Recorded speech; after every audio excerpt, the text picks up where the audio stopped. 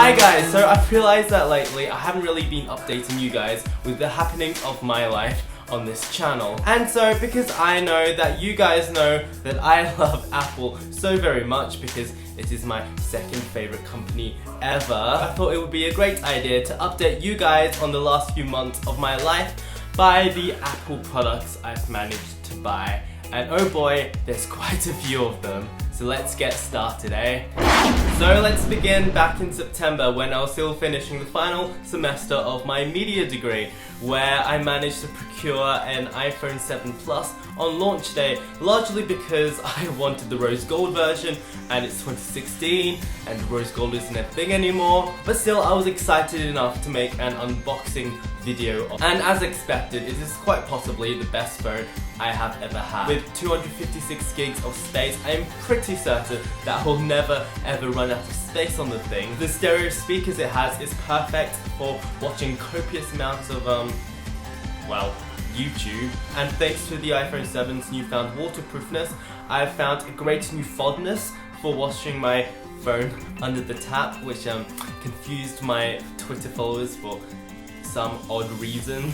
But the best thing about this new iPhone is the camera, or more specifically, the cameras, because it's got two of them on the back. One of them is a 56mm equivalent lens, which means it's perfect for portraits. And one of the great things with having two cameras is the portrait mode, which allows you to take pictures with blurry backgrounds, which is something that you previously could only really do with a large sensor DSLR camera. And because of that, it sort of mostly replaced my old compact camera, which is a Canon G7X, for just taking, you know, pictures of friends when we go out. However, for the first 3 months of having this phone, I kept it in what was quite possibly the most miserable and dullest case in the world, which is this one.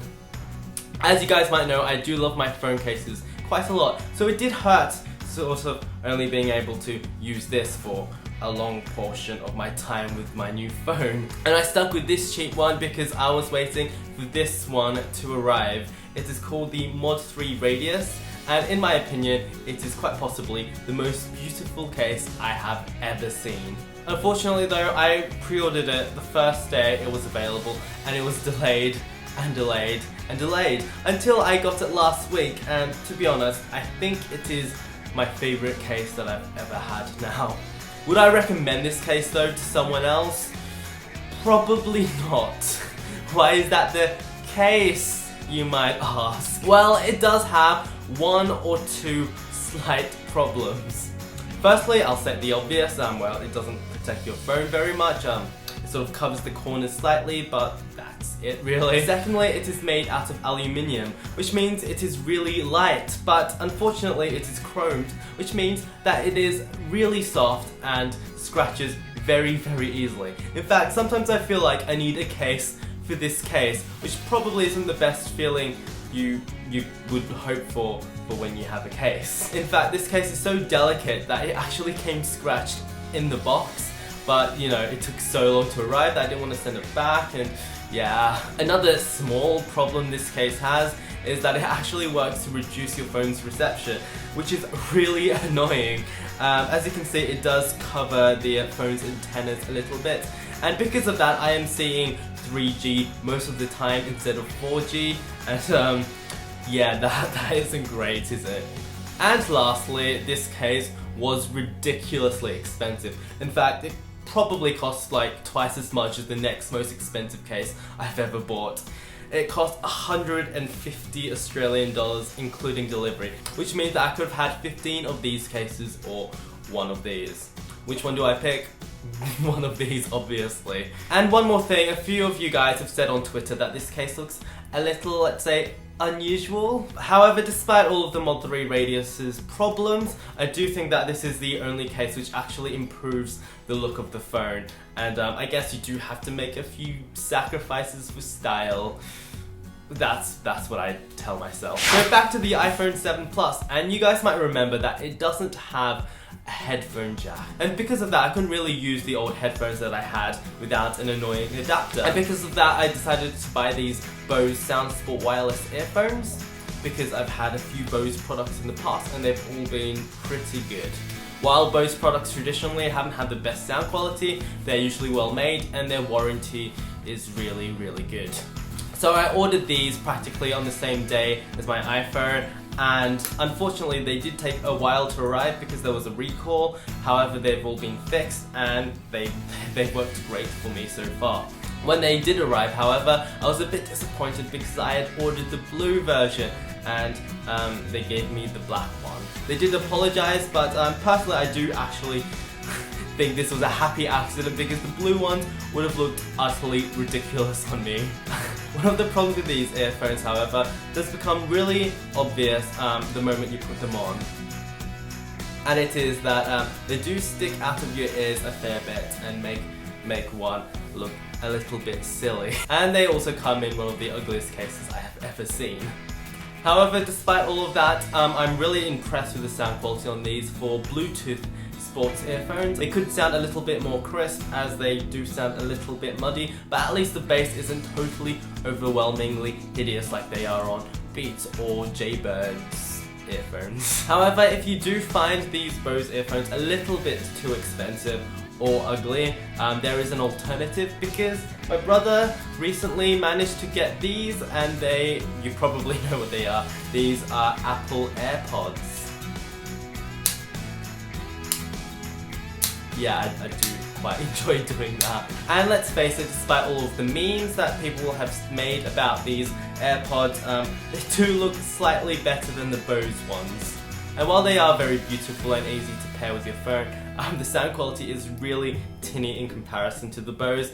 They are a lot better than the normal Apple AirPods, but these AirPods, they just don't sound that amazing, unfortunately. And so onto my Apple Watch. So if you guys have been following me on Twitter over, let's say, the last year or so, you might know that I've had a few problems with my original stainless steel Apple Watch. The first one had dead pixels. The second one's screen was so dark they could only see it in a totally dark room. The third one's touchscreen stopped working, and then the fourth one's battery would only last an hour.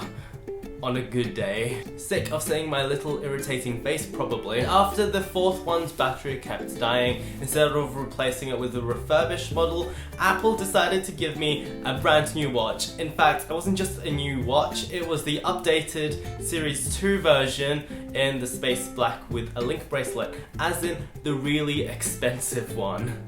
So I can't quite wrap my head around the fact that this bracelet costs $800 and it doesn't even look that good in my opinion. Not to sound completely ungrateful, however, this watch is so much better than the original. Not only is it considerably faster than the old one, but because of its massive dual-core processor, it actually makes apps which are completely unusable on the old one, like Twitter and Instagram, actually sort of a pleasure to use. The battery life is now also excellent as it lasts an entire 2 days without having to recharge it. The screen is also twice as bright, which is great if you go outside, which I don't that often, and it's also completely waterproof now, which means that you could swim with it, and it actually records your laps and that really well, which is good if you're into that sort of thing. Lastly, I collected my new pride and joy at the Apple Store last month, and it is the new Apple MacBook Pro 15 in silver.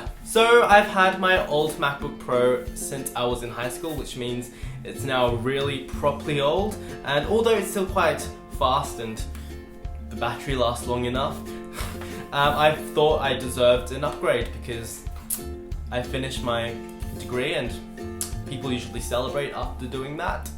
And so because I was feeling a little bit flush, I thought that I would option up the flagship model, which means that it comes with a quad-core i7, a 1TB hard drive, and also the Radeon 460 HD graphics card, which is the best one you can get on this MacBook. And let's be frank here, it was hella expensive. In fact, this was almost $2,000 more than what I paid for my old MacBook Pro, so inflation, yeah. So I know that it's been really popular on the internet to hate on this thing, but overall, so far I found it to be fairly fantastic. Firstly, it is utterly beautiful. Not only is it lighter and thinner than the old one, but they've gotten rid of the old glowy Apple logo, which used to be in plastic, and also the plastic hinge. And while perhaps it isn't the best computer for gaming, I'm fairly sure you can play Undertale though. It is insanely fast for editing in Final Cut Pro,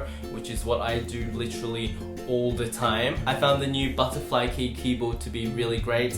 The giant touchpad is a joy to use, and I've also loved the new fingerprint reader, which is really useful for just logging in like that. However, what you probably want me to hear is my opinion on the new touch bar and the complete lack of USB ports. Firstly, the touch bar, while it isn't the most useful thing to have, it is quite useful on occasion, and it is still, after a month, a joy to use, although it does freeze rather often. And while the lack of normal USB ports hasn't affected me that badly, the lack of Thunderbolt 2 ports has been quite annoying, as I need an adapter to plug in all of my old Thunderbolt hard drives. But if you do want a nice fast new laptop, I couldn't recommend this MacBook anymore.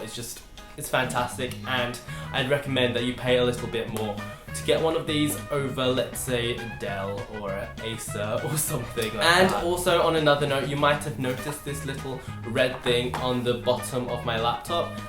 It is called a 12 South baselift, and basically it tilts your laptop so it's more comfortable to type. And also, when you put it on your lap, it does insulate your skin from the burning hot bottom of the laptop, which is great to have, I think. And so that brings us to the end of this video. In the comments below, comment if you have any of the things that I mentioned, or if you have any questions for me about them. You can watch my last video either here or here, depending on where I decide to put it. And if you decide to subscribe to me, I'll see you guys in the new year with hopefully a new format by then. So on that note, toodaloo.